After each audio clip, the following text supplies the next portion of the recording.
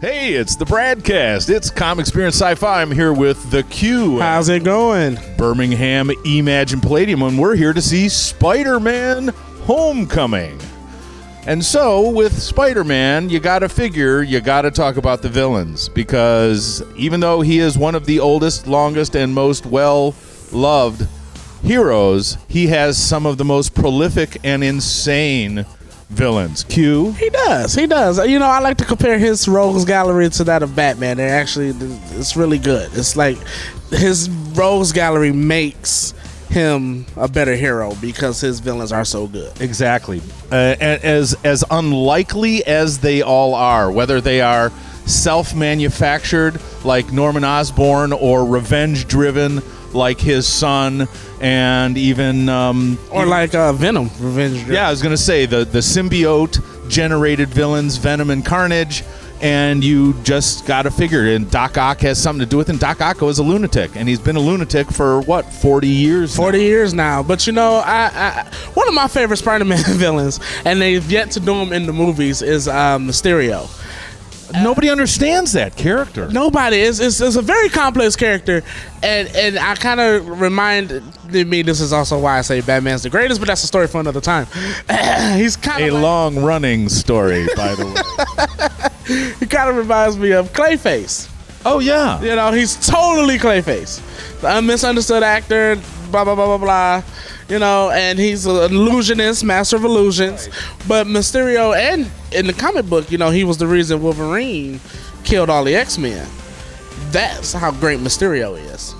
Oh, Mysterio did that? Yeah, in the comic books. And old Man Logan, he was the one that tricked Logan into thinking that they were all bad guys, and they were trying to stop him, kill him, and he killed all the X-Men. And when he came to, he realized that he didn't kill the bad guys; he was killing the X-Men. Okay, well that makes him pretty evil. That would make him, put him right up there in the top 5 of really bad Spider-Man villains.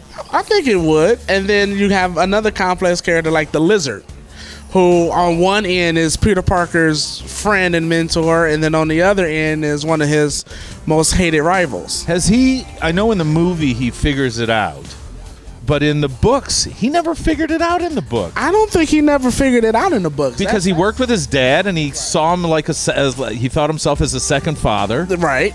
But it never occurred to him. I don't think he ever unmasked him. Well, no, in the comic book, yeah, he knew. Yeah. Not in the beginning. Not in the beginning. Not the way they did it in the movie. No, I don't think he knew Peter was Spider-Man. I don't know. But either way, when he's the Lizard, he's not himself, right? He's not Dr. Connors. He's not Dr. Connors. He's the Lizard, and it's not somewhere in that bit of consciousness. It's sort of like the Hulk. In the early Hulk, the Hulk didn't know that he wasn't cognizant. No, right? He didn't know. Banner was gone. And the Hulk was there. Right, but Banner was always that third person looking and watching the Hulk going, no, don't do that. Right.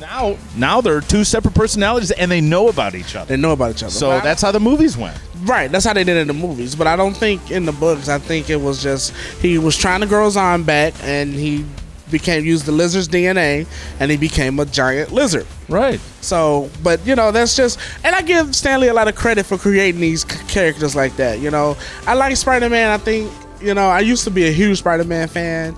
Not so much now. I realize that he's just a whiny little brat. Oh, because he's not Batman.